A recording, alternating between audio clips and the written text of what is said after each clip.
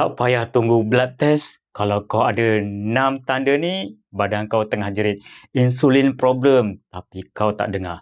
Pertama, perubahan kulit. Tumbuh banyak kutil atau skin tags dan celah leher atau pelipat ada hitam macam berdaki. Tu bukan faktor umur ya.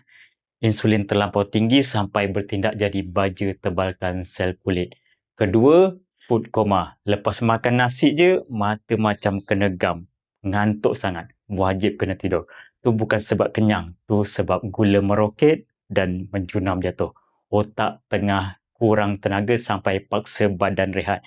Ketiga, perut makin besar dan mengeras. Itu lemak visceral. Inilah kilang yang hasilkan keradangan senyap tiap saat macam bom jangka, cuma tak meledak aje. Keempat, kaki atau tangan bengkak simpan air. Insulin tinggi tengah paksa buah pinggang tahan garam dan air dalam badan.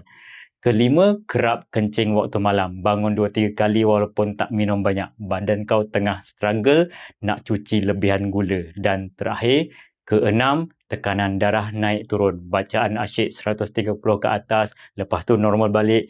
Rintangan insulin buat saluran darah kau mula keras dan hilang flexibility.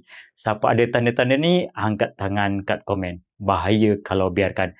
Macam mana nak repair sistem insulin ni, kita sambung part 3. Jemput follow, like, komen dan share dulu video ini.